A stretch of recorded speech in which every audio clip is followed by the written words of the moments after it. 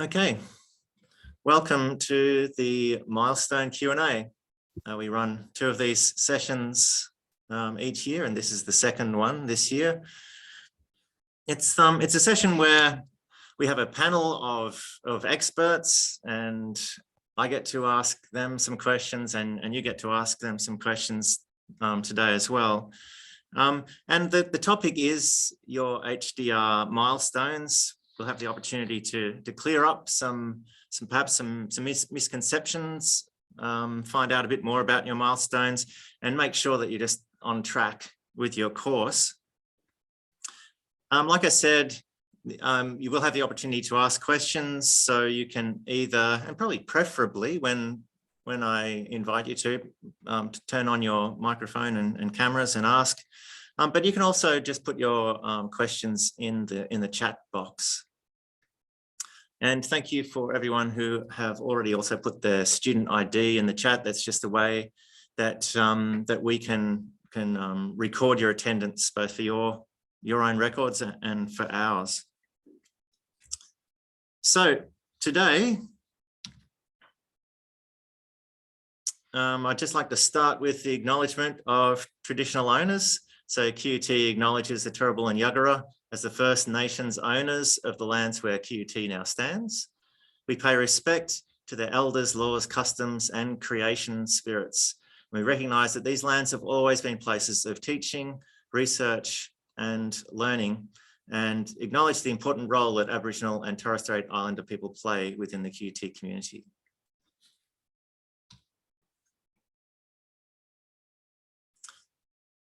Okay, I'd like to introduce our esteemed panel for you today. We have Gillian Blacker. Gillian is the coordinator of research, candidature and examinations in the GRC, the Graduate Research Centre. So Jill is very experienced in all kind of candidature matters and the administration of your course. I will ask you to introduce yourself in a sec. I'll just get through the 3 of you. There's Professor Richie Nayak. Richie is the program leader of Applied Data Science Centre for Data Science in the Faculty of Science. And we're also joined by Dr. Kerry Freeman, who is the Language and Learning Educator in GRED, Graduate Research, Education and Development. And I also work in GRED. I'm a learning designer, and I'm Murray Lane.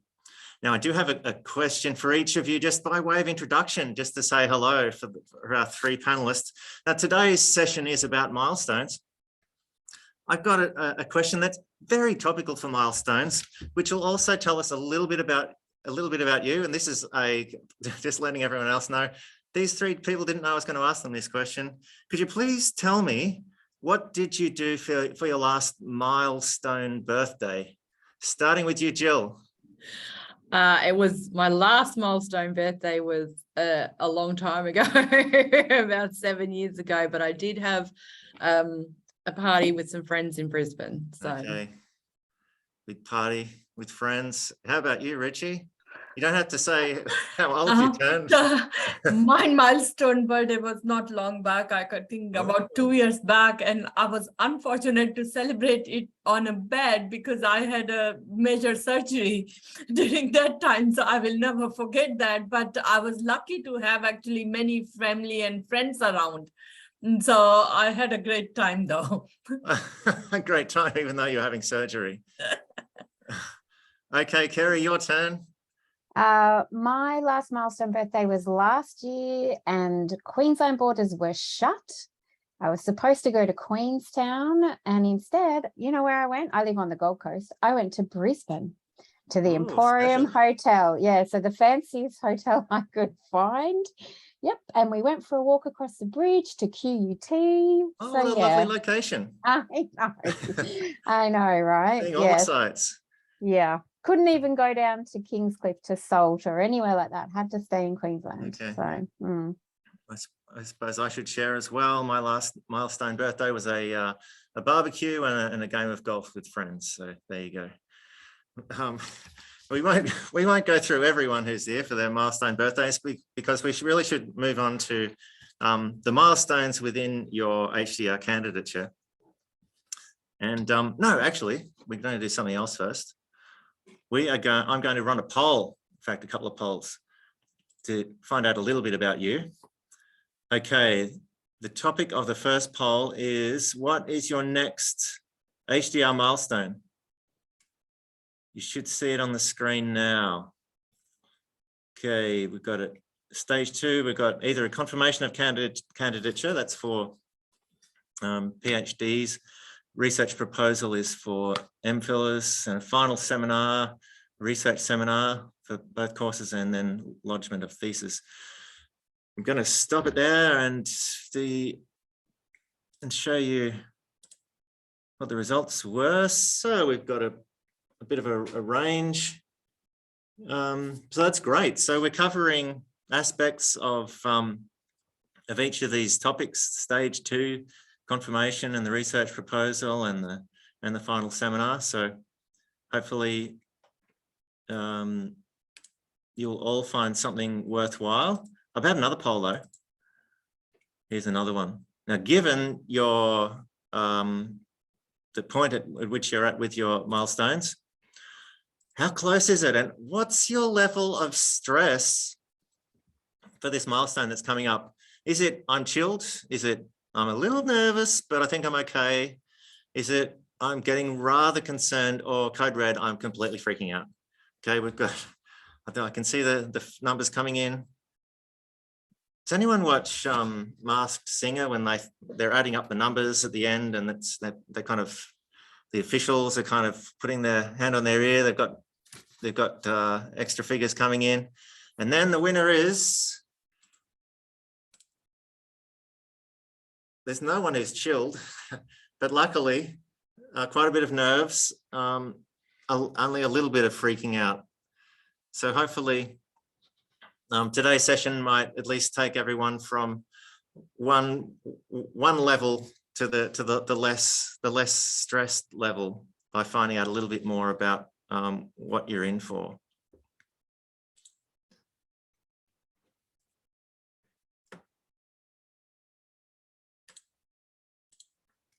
Okay. Now, I think I'm going to, oh no, actually, we're going to look at just what the milestones are. HDR comprises maybe three or four different courses, really, Jill. Well, I'm just showing the PhD and the MPhil, but what else is there, Jill? So we've got some professional doctorates as well, Murray.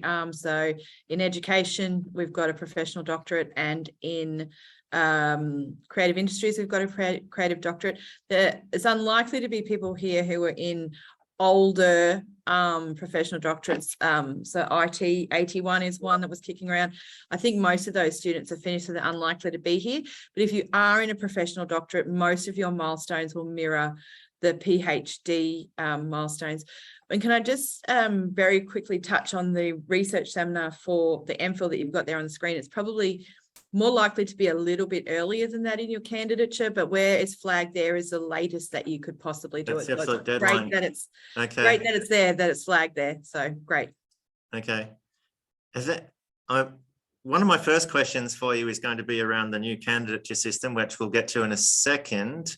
Have any of these timelines that we're showing here changed at all based on? No. Okay. So No.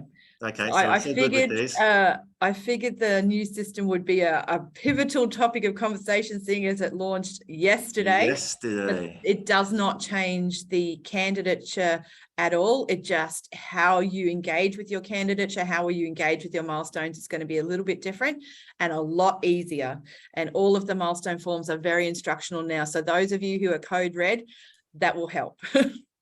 Yes, great. Okay, so I just wanted to show particular, I mean, if you're doing a PhD, I imagine you are aware of what the milestones are, but I wanted to share particularly both at once, so you can see that they're similar but not exactly the same between the MPhil and the PhD. And the MPhil is if you're doing it full time, is a year shorter than the PhD. And so kind of need to get into the research more quickly. And so there's only one of the early milestones there for the MPhil candidates.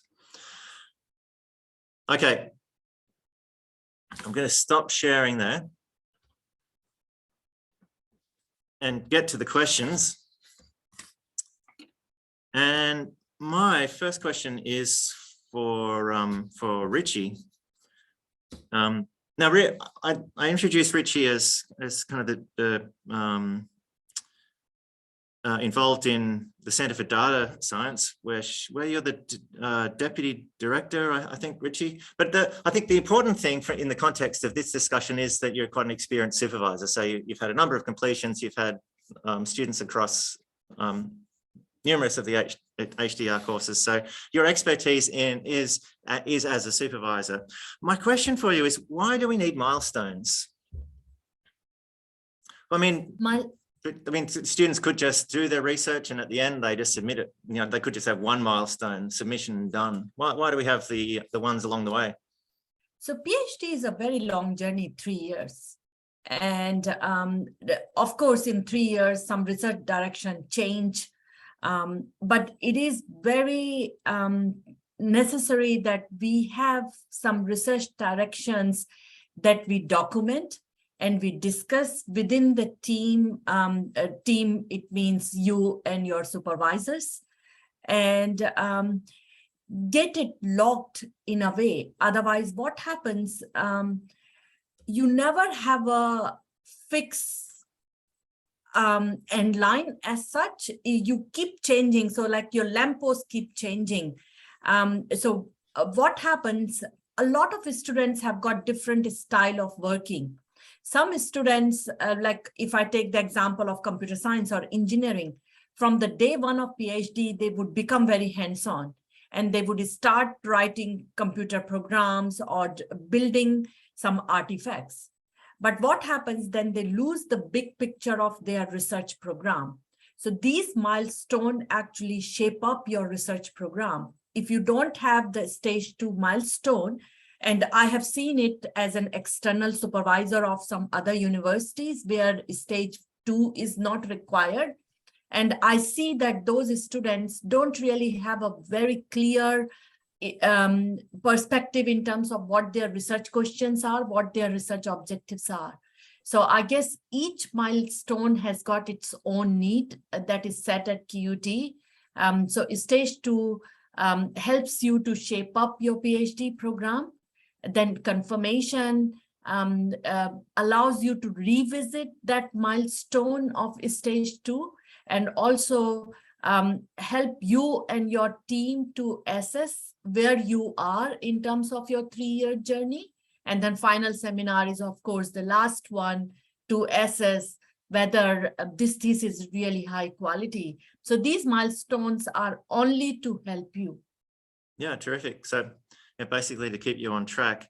And there is quite a lot of information online, particularly in HiQ, around your milestones. And Kerry has just placed a link to the kind of this is the basic place within HiQ for milestones, and there's actually a number of sub pages underneath there.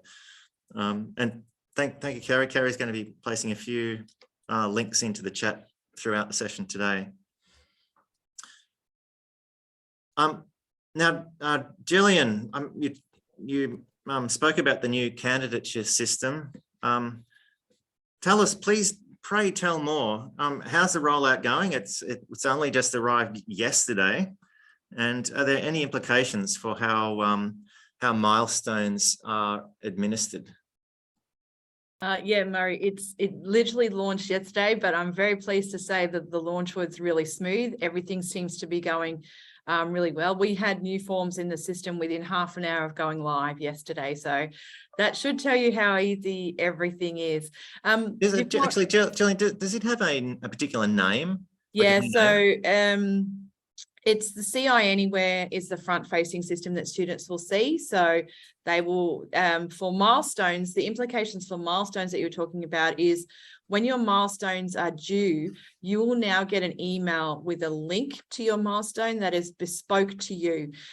in the past, you were able to go onto the HiQ website and find a stage 2 milestone form or a candidature, confirmation of candidature milestone form. Any milestones are now initiated through the system. They're not self-service.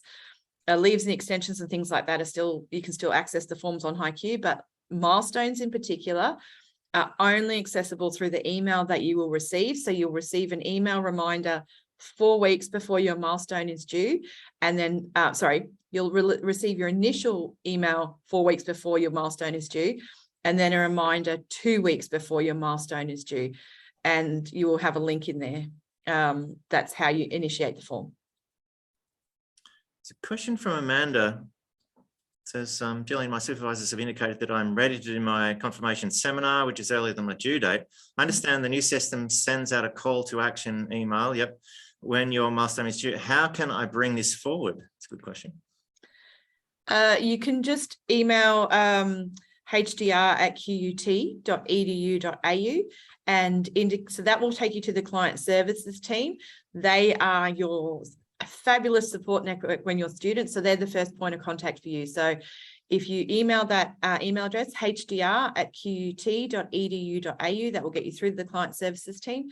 You just explain to them that you are ready to do your confirmation earlier than your due date, and they will be able to trigger that email for you. That will send you the link to initiate the process.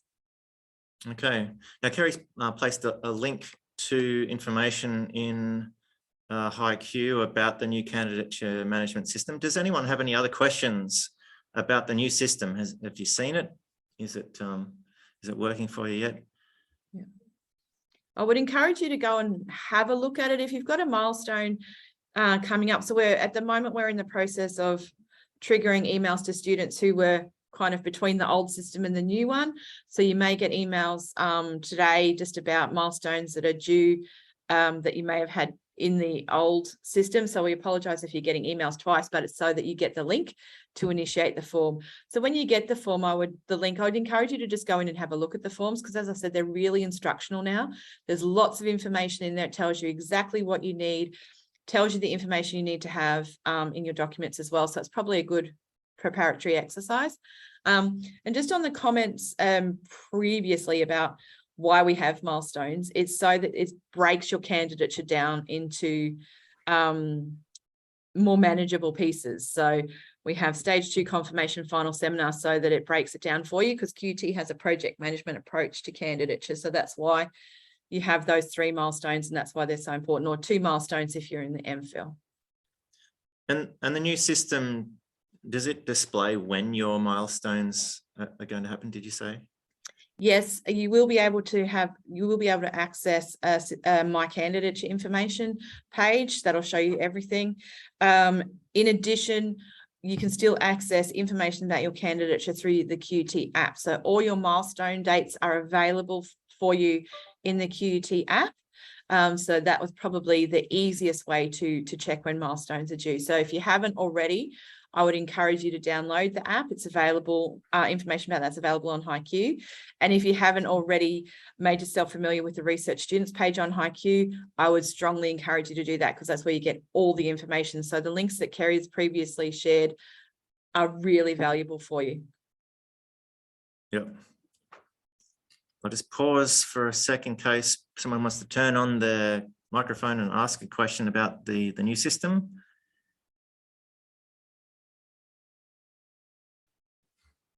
I don't have a question, but I wanted to say that the pro forma forms that you have on there are really useful to see what I need to do next. Great. It's good to see that it's popular so far. I have a question about stress. You know, we had a poll a sec ago about stress levels. I'm wondering whether any milestone is more stressful than others.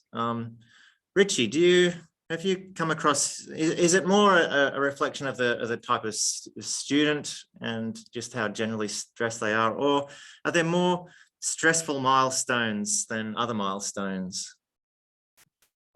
In general, I would say from my experience that stage 2 is one of the most stressful milestone because a lot of our students come from honors or some kind of research, like prior research experience, but not really having done a research degree before. So a lot of students really struggle to shape their research program and coming up with really sensible research questions. So either they have done more than what is required as a literature review or not sufficient literature review. So I would say stage 2 becomes one of the most overwhelming milestone as such. And if you are progressing well, then COC is really a check on your process and then refining your proposal.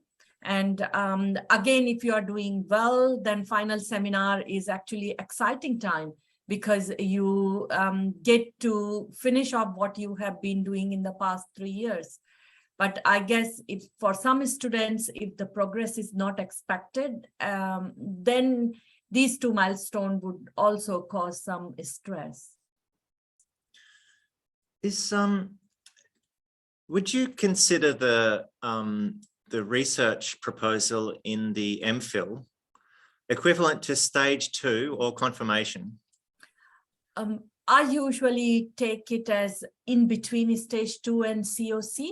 So it's a little bit beyond stage 2 because you are not just talking about the research problem, research question, but you would also have some time to do some progress on those research questions that you listed. So how in, say with a literature review, and I guess it might be difficult to answer, but how in depth does the literature review need to be in a stage 2? I would say that, and I do that the supervisory team play a very important role in stage 2. And all of you who have not yet done stage 2, I would say that you should try to proactively involve your supervisory team if it's not already, because I personally feel that supervisory team should guide you where to look at for the proper literature. So it would be guided by them, but then you should take the lead and look for the research gaps. So I would say that stage 2 would involve some generic literature review to keep you on the top of the field, but then pretty soon it should become more specific to identify the research gap for the area that you have identified. So if you've done a good job with your stage 2 and have you've laid out your research, a research proposal in that way, I guess that would make confirmation of candidature much easier. What would be the difference in a good, in the confirmation document? Is it just a more expanded literature review? Yep. If stage 2 is really well thought of and you stick to that plan, then from my experience, not just COC, even thesis writing becomes very easy, because you just borrow in literature review what you have written in stage 2, then expanded into LR, into COC, and then to the final seminar part. So if it's a well-shaped, well-thought, it becomes easier.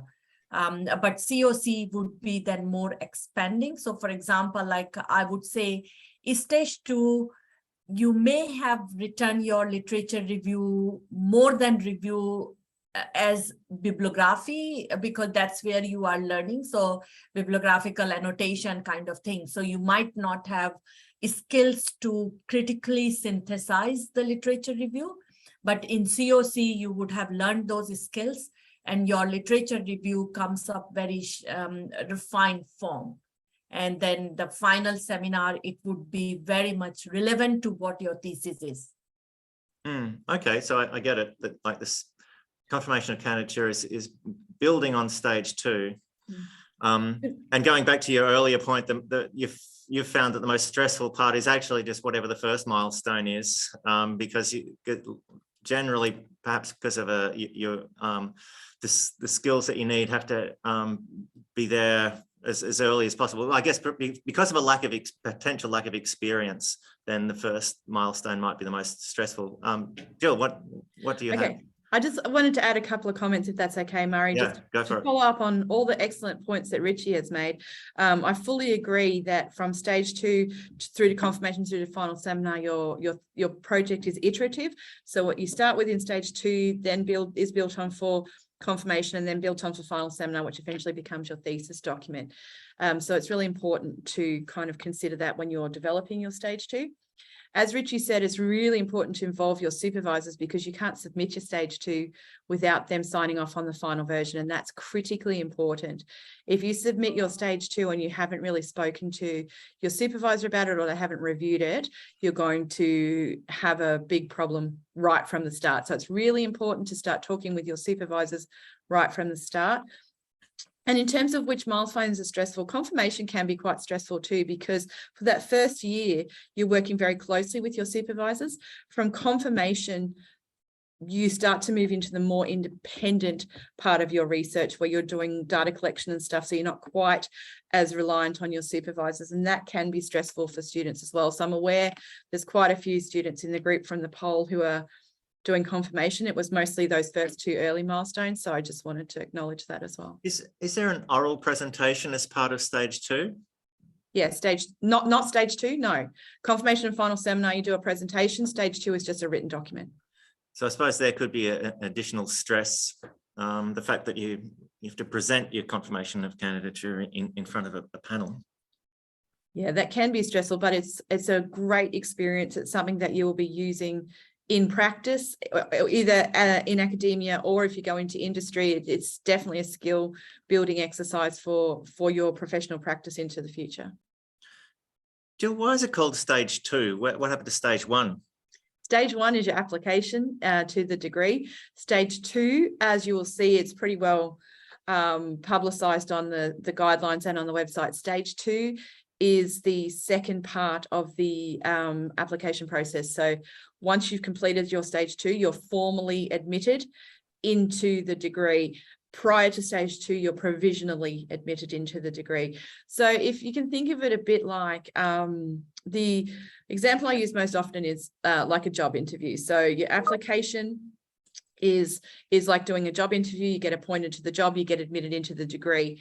The period up to stage 2, which is the first 3 months, is like the probationary period when you start a new job. So it's developing the skills that you need so that you're actually able to go on and do either the job or your research. So that's kind of the way that that's the example I use most often. Yeah. So we've spoken a bit about stage 2 and confirmation, which are PhD milestones. There's some great information on the PhD milestones that Kerry is about to plonk into the chat. And while she does, maybe if anyone has any questions about stage 2 or confirmation of candidature, now might be a good opportunity. And it also gives me a chance to look at my notes and see what question I'm going to ask next.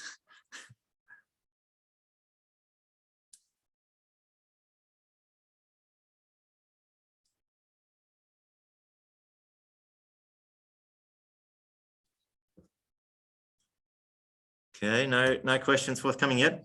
Is the annual report considered a milestone?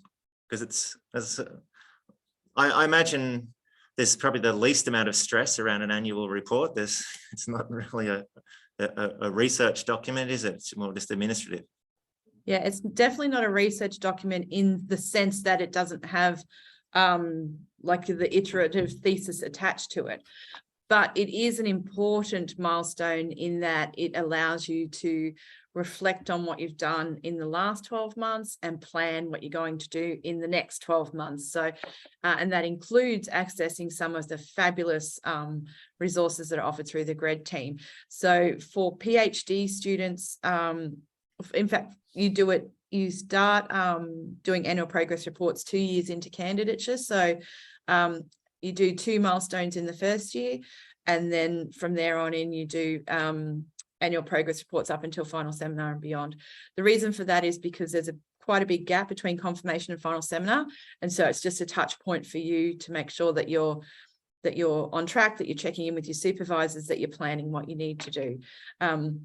For MPhil students, it's the same, but because MPhil's only a 2-year degree rather than a 4-year degree, you probably only do 1 APR during your candidature, and again it's 12 months after you started, so it'll be beyond your research proposal milestone, so you'll be about 2/3 of the way through candidature by the time you do your first annual progress report. And this has changed, the due date for the annual report has changed, hasn't it, with the new system? Yes, we used to do it in a round. So every student who had an annual progress report had to submit their report by the 31st of May. We're now doing it, we're treating it more like a milestone. So it's 2 years for PhD students, it's 2 years from your commencement date. So you, like I said, you do your first 2 milestones and then you start doing annual progress reports from there. It's similar timing for the MPhil. Again, it's on the anniversary of your commencement date. I'm very sorry, I just can't remember exactly what that timing is. I've spent so much time preparing for the new system, it's all blurred together a bit for me, but all the information is on the HiQ website. Yeah, okay. And what about final seminar dates? I did see some sort of reference to is there some sort of discrepancy between what the candidature system and the QT app is saying around final seminar dates? Is there anything? It's changed. So in the past and still currently, final seminar is due at 2 years, 9 months into your candidature. So if you're lodging, for example, if your candidature is perfect and you're doing everything, you've had bumped into no issues and no research delays, which is unusual, you would lodge for examination at the 3-year mark. So final seminar was due at 2 years, 9 months, so 3 months before lodgement. We now have a window of time for you to complete your final seminar. So while you will get, if you're an existing student, you'll still get an email that says it's due at 2 years, 9 months.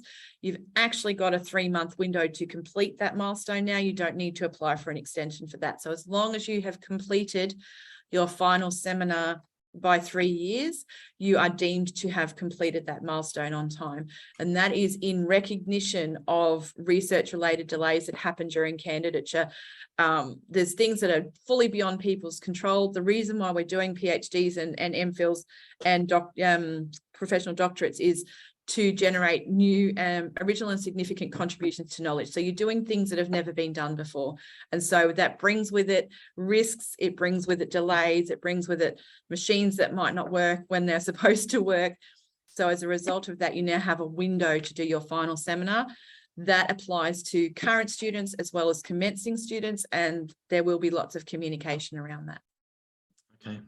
So something else that caught my eye in the HiQ information about the new candidature system is it said that lodgement of thesis will be treated as a milestone.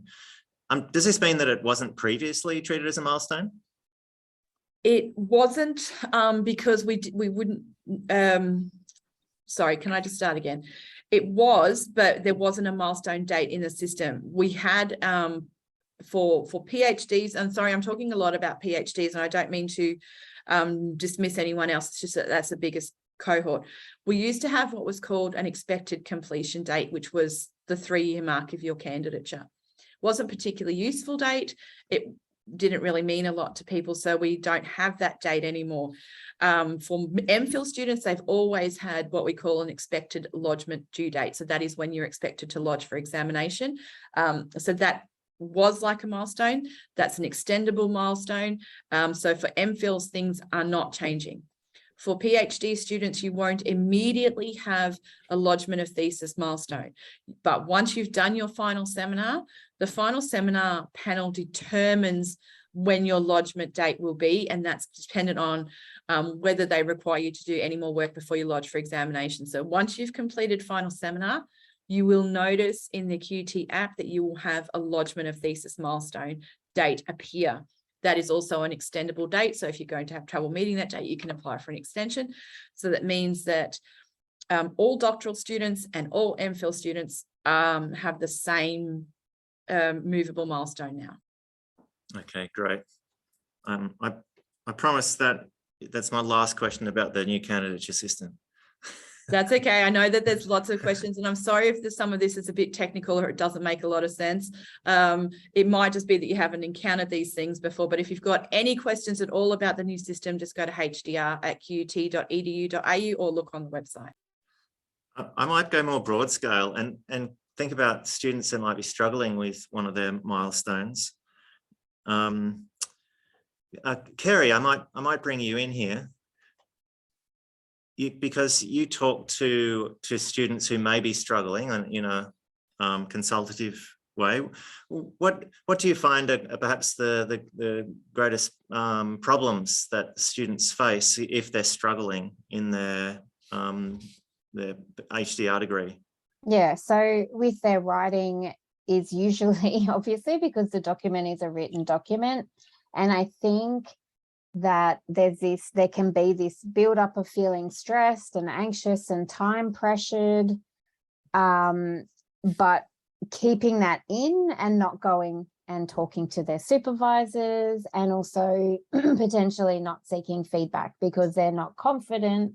And so you can see how that becomes a vicious circle. So as soon as if they can open up, talk to their supervisors and say, you know, hey, I'm struggling a little bit, but also in what exactly? Let's diagnose exactly what it is. What is it? Writer's block? Is it struggling with a certain section?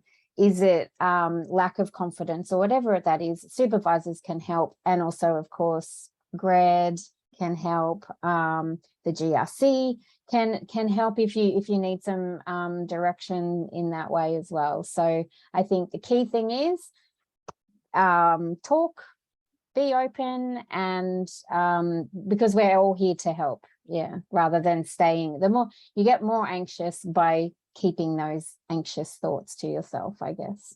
Does that make sense? Yeah, of course it's not, doing an HDR degree isn't like a normal course where you kind of get, you know, your grades accumulate. Yeah, and it's a learning degree. You're learning how to be a researcher, so you don't have all the answers, and that can sometimes be scary as well. But the answers will come by having those critical discussions with your supervisors and potentially also your peers or anyone that you know that can offer that support. So is your response that in how to turn things around if students are struggling to work out what skills you might need and to seek out help for those skills? Yep. So reach out, and realistically, the best people to help you to figure out what it are your supervisors, really. But also you can come to all of our writing support events as well and talk to Tasha and I. And a lot of the time in a lot of our events, you have the opportunity to talk to your peers. And then sometimes even just that little discussion for 10 minutes with your peers, someone might say, hey, I did this and it was really helpful. So yes, trying to, rather than withdraw and say, oh, this is so hard, I'm really stressed, I don't know what to do, seek some support and definitely talk to your supervisory team. Following on from that, maybe a question for Richie, have you ever had a student who has failed a milestone? Is it possible to fail a milestone? I think some students may have concerns around, you know, this idea of failure, you know, bringing that forward from coursework. So I guess I might put it in that way, like failing the milestone, like it's common around stage 2, like a lot of students would admit in, but not sure what research is, and during the short period they would come across. And also sometimes the expectation between student and supervisory team would not meet in terms of the project, in terms of the qualifications and things. So as my role as an HDR director for School of Computer Science, that was one of the largest one. I saw many students failing that milestone just because of the, like, not meeting the expectation of the project, of the supervisory team, or of the student. So we could call it, and that's why I think we call that as a confirmation of candidature. So until you have 1 year, we don't say that your candidature has been confirmed. So your stage 2 is also kind of subject to this project description and so on. So that I would call as fail, but I would say that all of you must have gone some of the milestones, and there is not really one single option as fail. We provide you a lot of options that actually help you to deal with those milestones. So like in COC, we would never say that you failed the COC, but we will say, yeah, you might need some scaffolding. So we give you extra 3 months where you have some set tasks, and then the supervisory team and you are set to do those tasks. The same thing in final seminar. We wouldn't say you fail, but we will give you extra time to bring your thesis to the formal shape that is now ready to be submitted. But I think Jill may have some statistics in terms of like how these milestones go. Yeah, thanks, Richie. I completely agree with you. It's very, very, very rare. I hardly ever see it where someone outright fails a milestone. That's actually really hard to do. And if you are in that position, all that means is that it's just not the right time for you to be doing this degree, and you can go and strengthen your skills and then come back to it. What we do have is different outcomes for your reviews. Some are more favorable than others, but you might, as Richie said, you might get a resubmission outcome for any of your milestones. That means you get the opportunity to work on it again with some really structured feedback, and then you can resubmit that milestone and have another go. So you might also be recommended that in order to scaffold you, as Richie said, we might place you under review to support you while you're doing that. All that means is that you're just getting some extra structure and some extra scaffolding to make sure that you can really be well prepared to resubmit your document for that milestone. So no outright failing unless you try really, really, really hard to do that. Yeah. And is it possible to get an extension for your milestone? And are there reasons that are not valid for an extension? So extensions are typically for research-related delays. If you've got personal circumstances that are impacting on your progress, we'd recommend that you take a period of leave instead, so that you can just pause your candidature and focus on your health and well-being, or whatever the particular circumstance is, and then come back to your research. Extensions are typically for research-related delays, so an experiment's gone wrong, or you haven't been able to get the people to do your surveys for data collection, things like that. So because stage 2 is fairly time critical, there's limitations on the extension for that one. For the other 2 milestones, it's up to 3 months. And then what happens if you still haven't done it by the 3 months? Then you contact hdr@qut.edu.au to ask for some advice. We can give you another extension, but it really is dependent on where you're at in candidature and what's actually happening, because if you delay confirmation for 6 months, that eats into the time that you've then got for final seminar. You can get, ideally, I mean, the most extension you would have during your candidature is 6 months, so that you're lodging for examination at 3.5 years instead of 3 years.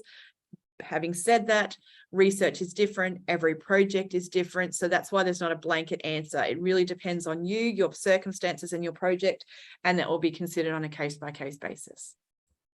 And Kerry has placed in the chat a link to MCD. Did you mention that maximum candidature date?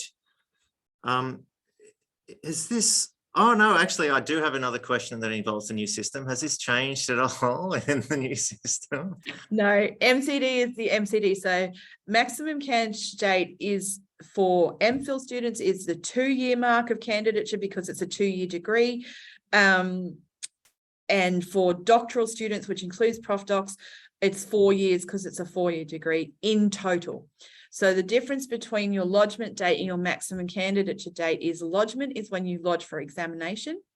Maximum candidature is the maximum amount of time you have to complete your candidature. And by completing, that means going under examination, getting the examiner reports back, making any corrections that you need to make, developing the final version of your thesis and submitting the final version through the final submission of thesis form.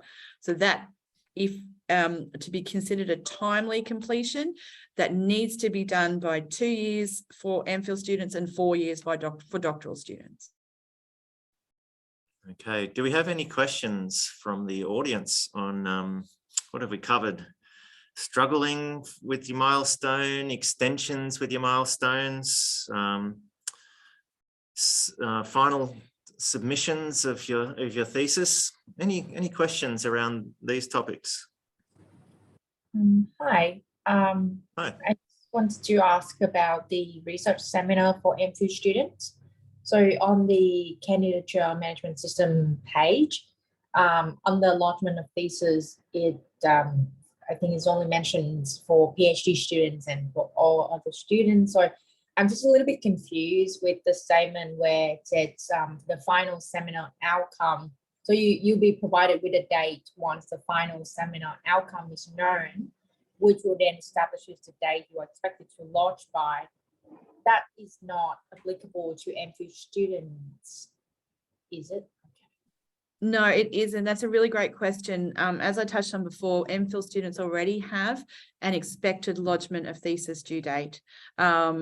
So that you already have that. So the research seminar milestone for MPhil students is different to the final seminar milestone for PhD students. For MPhil students, it's an opportunity to disseminate your research to an audience before you lodge for examination, but it's not really accessible. You still have to do it because it's part of your research journey, but it's not an accessible milestone, whereas for final seminar for PhDs it is. So the research seminar date for MPhil students is a guideline date. That's ideally when you will do it, but it depends on when the symposiums are available. It depends on some other factors. So for MPhil students, you could do your research seminar the day before you lodge, and that would be totally fine. For doctoral students, that is completely different.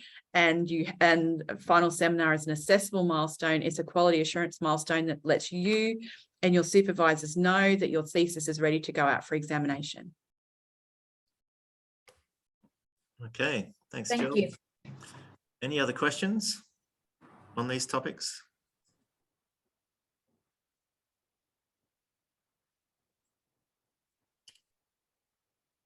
Just on the topic of the MPhil symposium. So the MPhil symposium is the equivalent of the final seminar for MPhil students. It's an online event. I'm not sure whether this is a question for Jill or Richie. What's happening with the equivalent, final seminars for PhD students?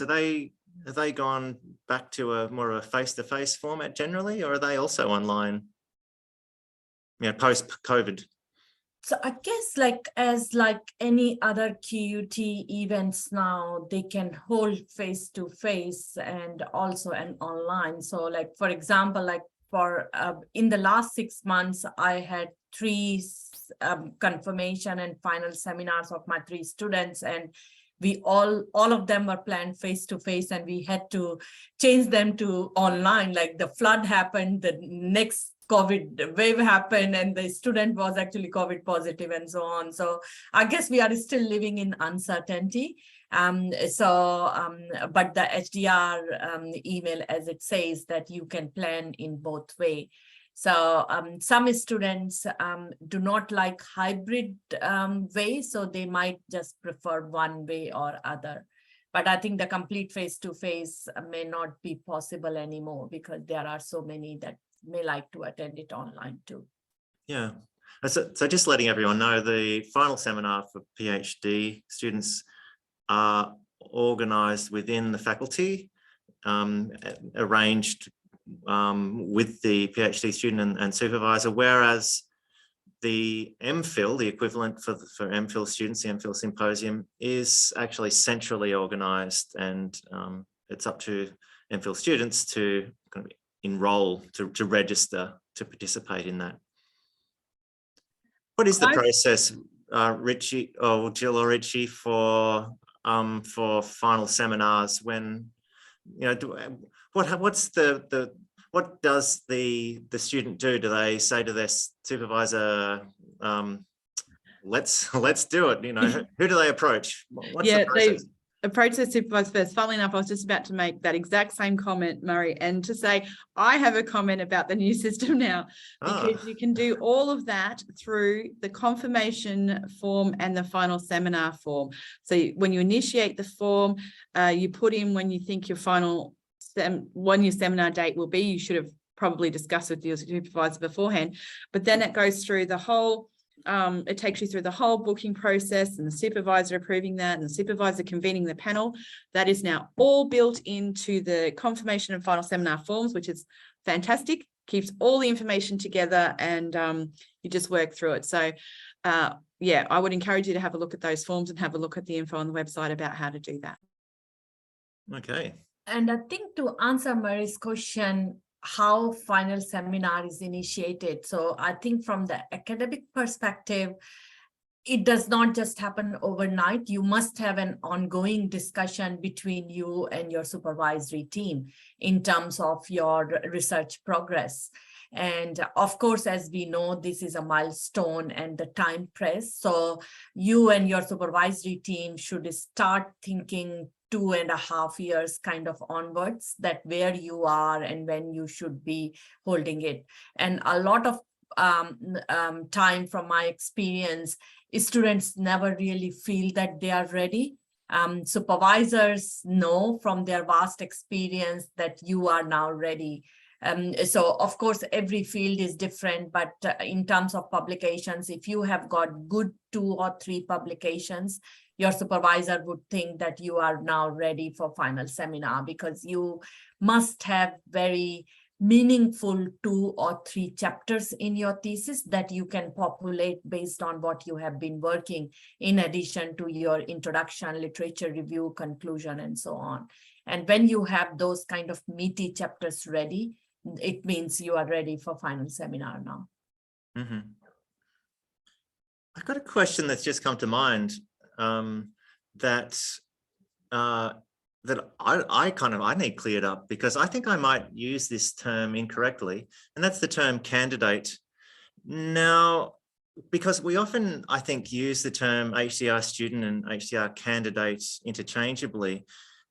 It is my understanding that that you become a candidate once you have passed your confirmation of candidature. Is that correct? And if so, does that mean that MPhil students who don't have a confirmation of candidature are never actually candidates? It is terminology that's used interchangeably, but more and more we're just saying HDR student now rather than candidate, and all the documentation now, all the guidelines and everything now say HDR student rather than HDR candidate. So I think you're right in the way it's been presented in the past, that you're a candidate once you pass confirmation, but it's not terminology that we really use anymore. So probably not one that you need to worry too much about. If you do refer to yourself as a PhD candidate or a MPhil candidate, that's perfectly fine. You're not going to get into any kind of trouble for that. Okay, yeah, thanks for that. Any other questions while we're here before I move on to a couple of different topics?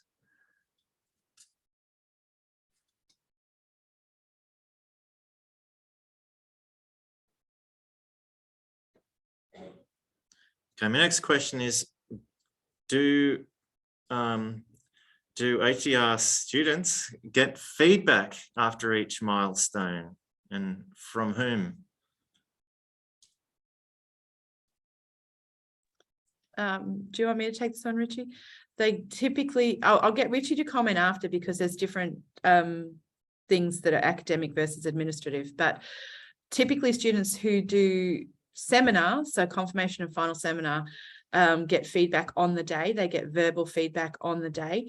For every milestone, including stage 2, you do get written feedback. So it's either from the independent reviewer or from the panel.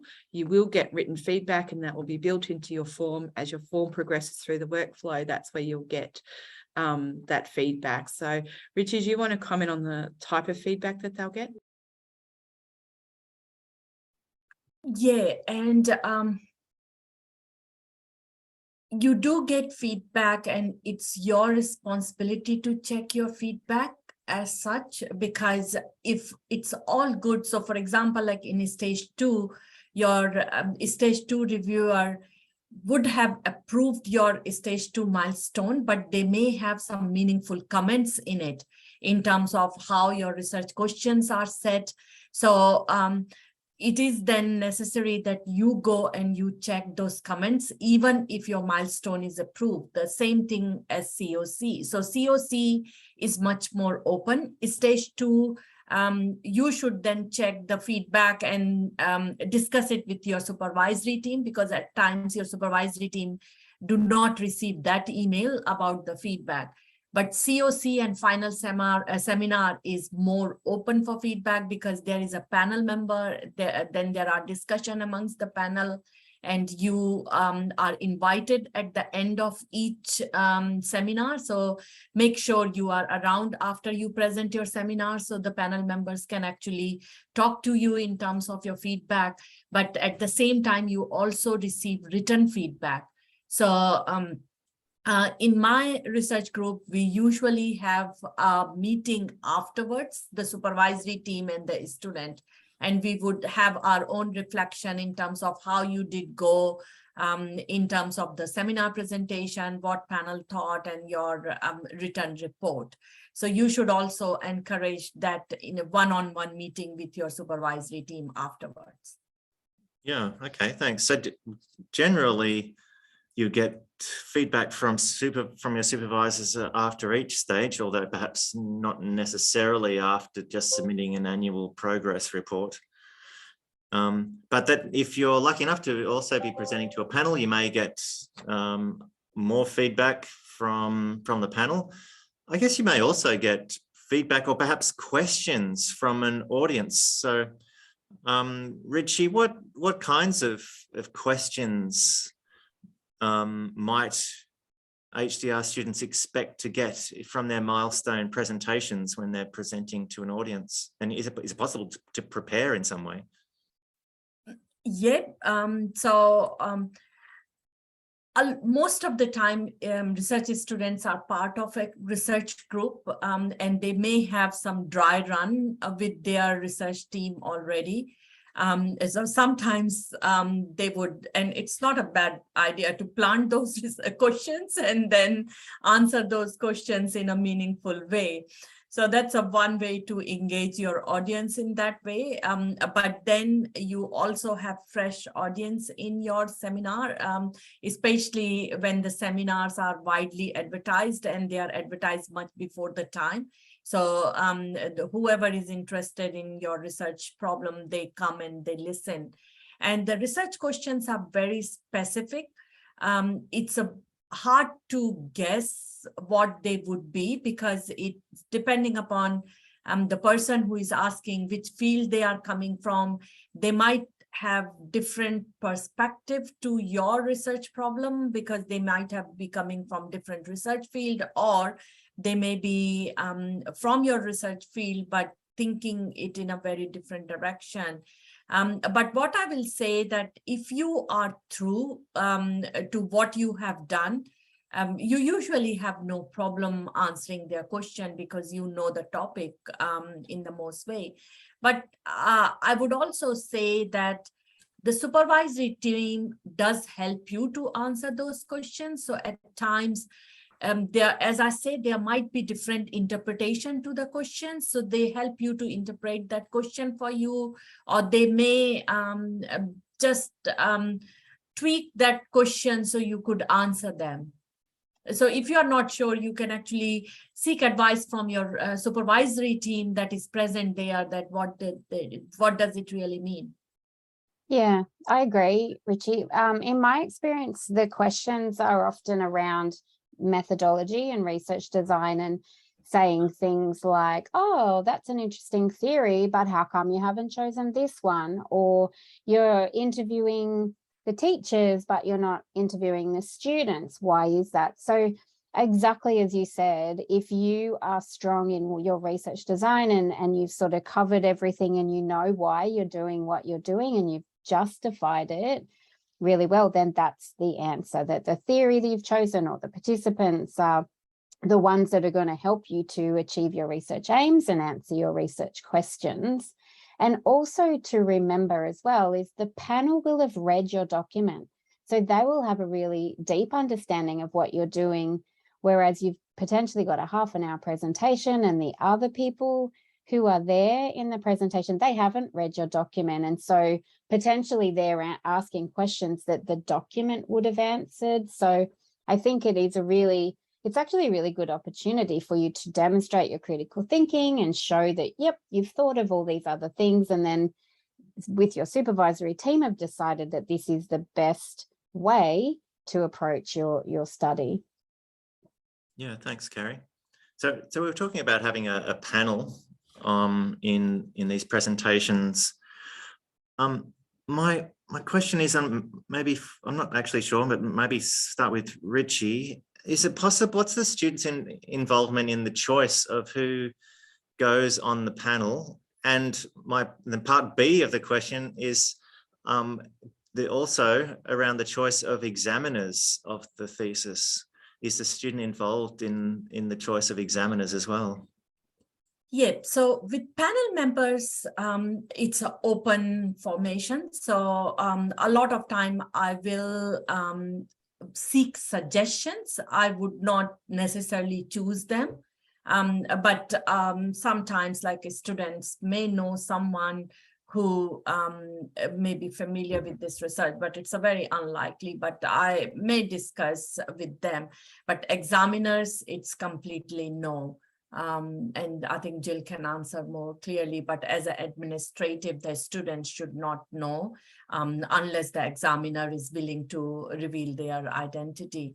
Yeah, but as a supervisor, I pay great attention who I'm choosing as an examiner. So for example, like let's say if we are highly critiquing one of research work, and like our research is very much computational, so we showed that we beat every part of their research by our method in accuracy, in efficiency. So I'll be careful choosing them as an examiner, because some examiners are very sportive and they would take it in a positive way, but some might think that we are so as a supervisor, we do think critically in terms of who we are choosing the examiners, and also at times theses are interdisciplinary. So we would have a great discussion amongst the team that which perspective we would like the thesis to be assessed on. Yeah, I completely agree with every thing that Richie's just said. So in terms of students, you can, if you've come across someone or you've seen their work and you think it relates to your research, you can suggest that to your supervisory team that you maybe want them to be considered as potential examiners. You don't actually know who's nominated for examination and who your examiners ultimately are. That is so that it's completely equitable and impartial process. There's a very stringent review process for examiners. We do conflict of interest checks so that there's no perceived bias or perceived relationships with the student or anyone in the supervisory team. That's to protect the students, the supervisors, and the university. We want it to be as independent and impartial as possible, and so that we can defend it. It's academically defensible if anybody ever challenges the award of the PhD. Once you've submitted your final submission of thesis, if the examiner has agreed to have their identity revealed to you, that's the point at which we can do it, when you're fully completed. And there is a question that can we be upfront about who we don't want as an examiner? So I guess this is a good idea to let your supervisors know, but it would be then ultimately supervisor and QUT decision who to include in your examiner panel. And is there a difference between the MPhil and PhD in this way? I understand the PhD requires external examiners. Is the MPhil such that it doesn't need to be external? No, you have for doctoral students, that includes prof docs, it's 2 external examiners. For MPhils, it's still 2 examiners, but one of those can be internal to QUT. They don't have to be. They can still be 2 fully external examiners, but one can be internal for MPhils only. Okay. What about word limits to these milestone documents? Are there word? I'm aware that there's certainly a word limit for the final thesis submission. Are there also word limits for milestones along the way? Jill. Oh, I think you're still muted. No, you still can't hear you. I still can't hear you, Jill. I can't even. Okay. There you are. Sorry, something's going on with my computer. I apologize for that. That's There right. are word limits for stage 2 and research proposal in particular. They're around about 3,500 words. And that is part of the assessment of those particular milestones, that it's not too long, it's not too wordy, that you can be succinct, which is some of the things that Richie's touched on already. For the other milestones, there are word limits, and that's covered in the guidelines of those milestones. It does explain what exactly should be in there and how long approximately those documents should be. You're not going to be penalized if you're 1 word over that word count. They are guidelines, but if it's say 50,000 words and you submit a 90,000 word document, then that will be a problem. I think Kerry has pasted a link to one of those documents that you're talking about in the chat, and you'd be able to find that document from the previous link that Kerry's put in the lodging your thesis for examination, I believe. Are there any questions from the floor, the virtual floor?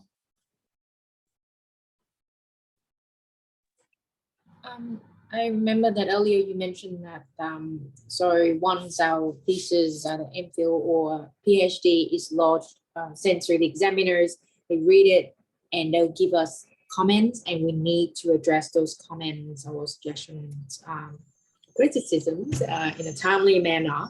So I was wondering how long is it usually, does it usually take for them to read the thesis and get back to you?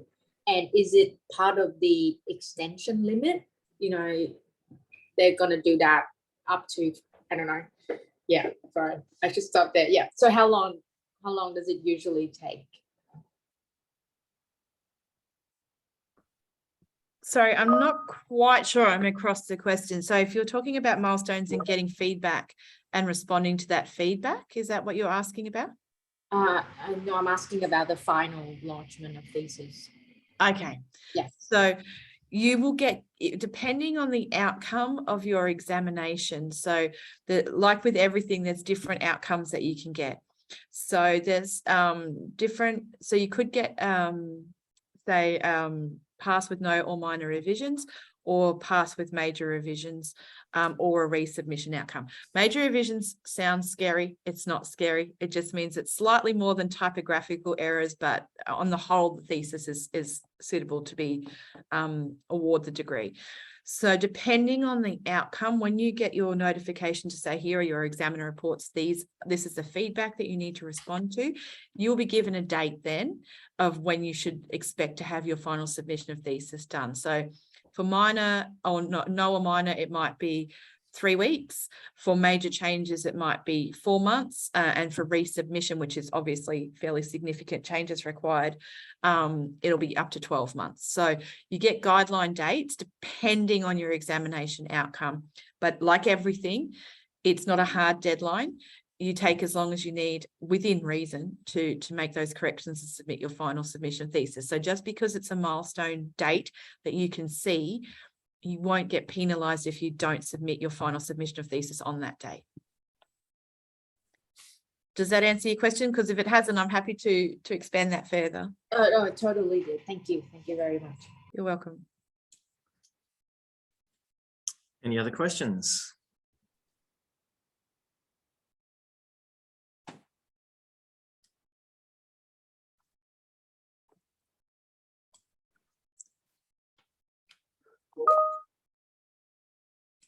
I'm pausing because I've run out of questions. So I do have a little bit more information to share, but this could be your last opportunity to ask your particular question.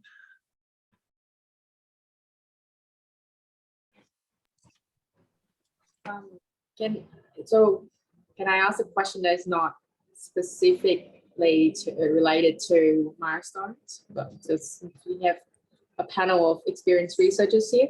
I know this is a question that probably best asked my supervisors, but you know, sometimes this might be hard to ask them questions. I don't know. It's just that's how I feel at the moment. So it's less than a month for me to have my research seminar and then launch my thesis. But I still find myself digging into the literature review. When to stop? That's the question that I have for myself. I just keep finding new things and then stuff published in 2022. And yeah. And I keep changing the structure of my literature review and then. So if I answer your question from the supervisor point of it, it is okay to have at least 2 iterations of literature review chapter. So with my students, like first we would have discussed the entire structure of the thesis and then the structure of each chapter. And the literature review chapter, I would say, takes at least 2 iterations to bring into the final shape, because sometimes you may present that your section 2 is actually section 1 or section 2 is section 2. Like your thesis might be talking about 2 topics. You are not sure which topic should you be really placing first. So it's quite obvious to change the structure, but the content should not be changing, because you are at now your final milestone kind of thing. So you should only be reading literature to just relate to your latest work that you have done. But if you keep doing literature, because like by 1.5 years, your research is focused, you know which direction your research is, and that's where you have made the progress. And now, even if you want to change the direction, you don't have the time to do that. So I'll be okay if you say my content is fixed, but I'm not sure how to present that as a chapter, which arguments to make here and there. And the best thing is you write after the agreement with your supervisor, the structure that you have decided, but then realizing that it does not make much more sense. And then you fine tune that structure and then kind of like positioning some of the sections here and there, or adding some arguments to make your conjecture more stronger. It's really helpful. Thank you.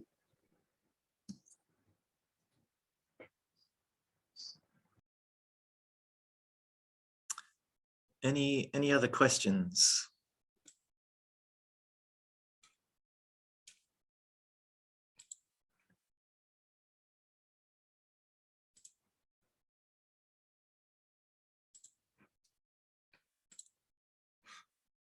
So I've just reshared the screen, and as we head into the end of the session today, I was just wondering if you could please fill in a short survey if you've been to any of the GRED events before. We just asked you to answer like 3 multiple choice questions about your experience. Just it helps, and leave any comments if you want to, but that's optional. It just helps us to improve what we do. We just like to know whether it's been beneficial to you and any ways that we can improve it for next time. You know, we intend running another couple of times next year, so you can either click on the link that Kerry has put into the chat, or scan that QR code on your screen, and it won't take you long at all.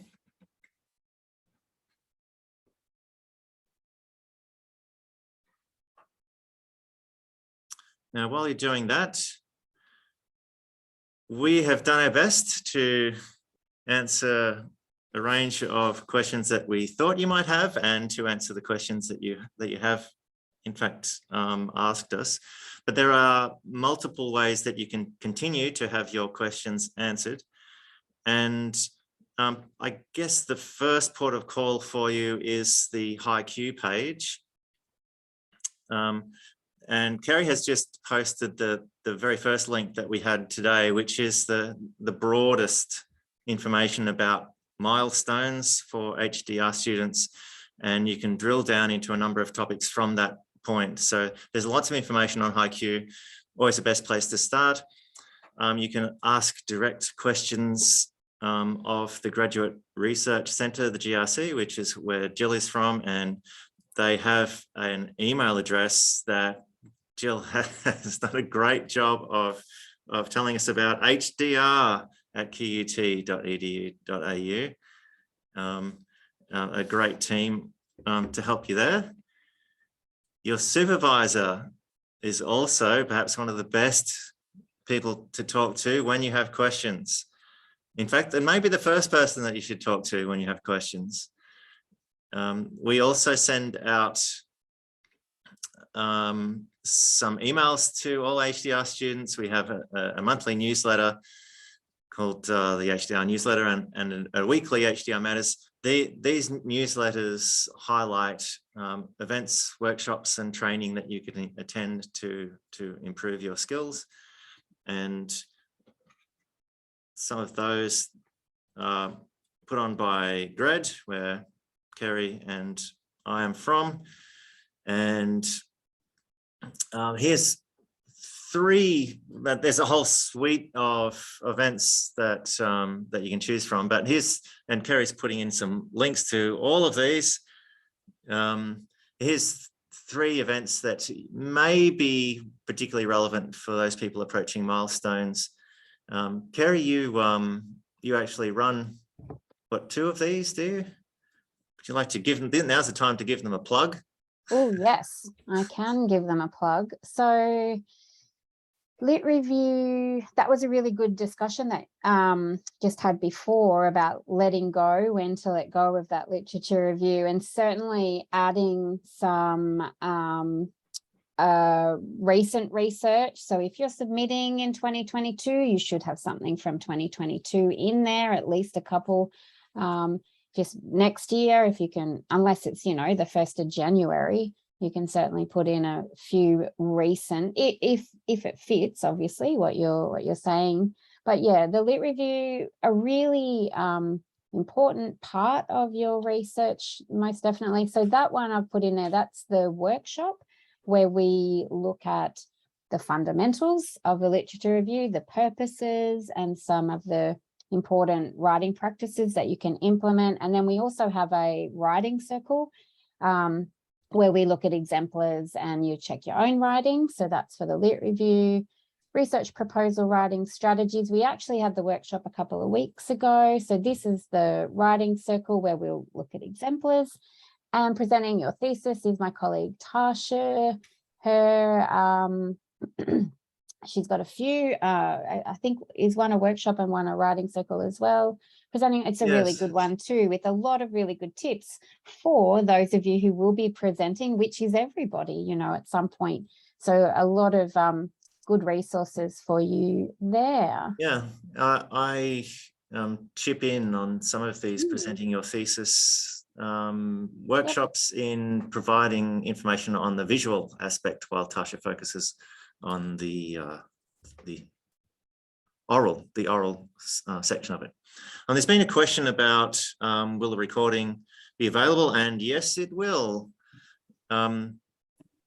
Kerry has actually pasted the link now. Now, we haven't finished the session, so this recording isn't there yet, but that is the place that you'll need to go to. And I'll also put all of these links into a subsequent email that I'll send to you. And by that point, the new video should be up. When you go to that link now, you'll probably find the session from earlier in the year, which actually is probably a great idea for you to visit as well. You'll find some questions were the same, but there'll be different questions there too. That brings the session to a close, unless there are any final questions from anyone.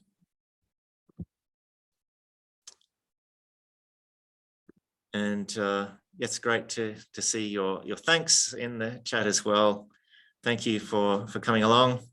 Thank you, Kerry, for being super fast with the links. I second that from Ronald. In the past, I've done that job for Kerry, so kind of the shoes on the other foot this time. Thanks, Kerry. Okay, well, thank you so much, and all the best with your milestones in particular, and with the rest of your course. Hopefully it won't be too stressful. And I encourage you to access all of the skills training that you can. That it's when you know what to do, I think, that it takes some of the stress out of it. Thanks for joining us. Thanks, everyone.